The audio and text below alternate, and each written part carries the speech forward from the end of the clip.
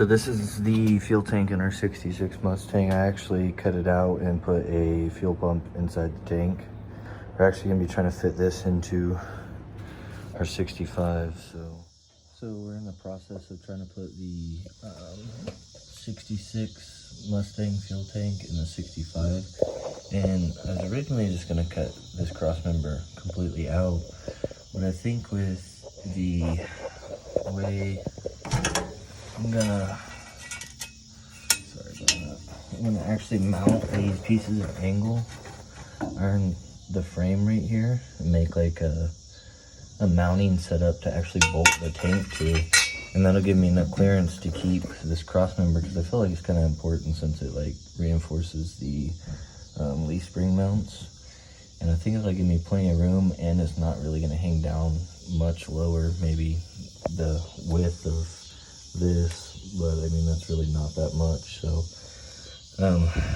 I went ahead and cut this little strap off right here, and I think that'll give me plenty of clearance, because I actually checked and my fuel pump is going to clear that cross member, because it's actually 11.5 inches to here. My cross member is going to sit right in here.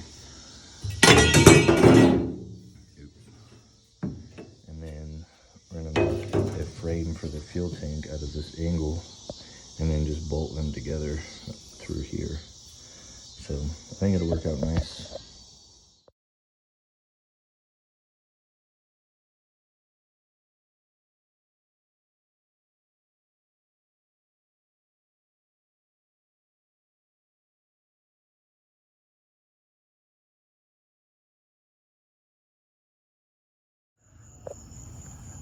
All right, guys, it's finally in.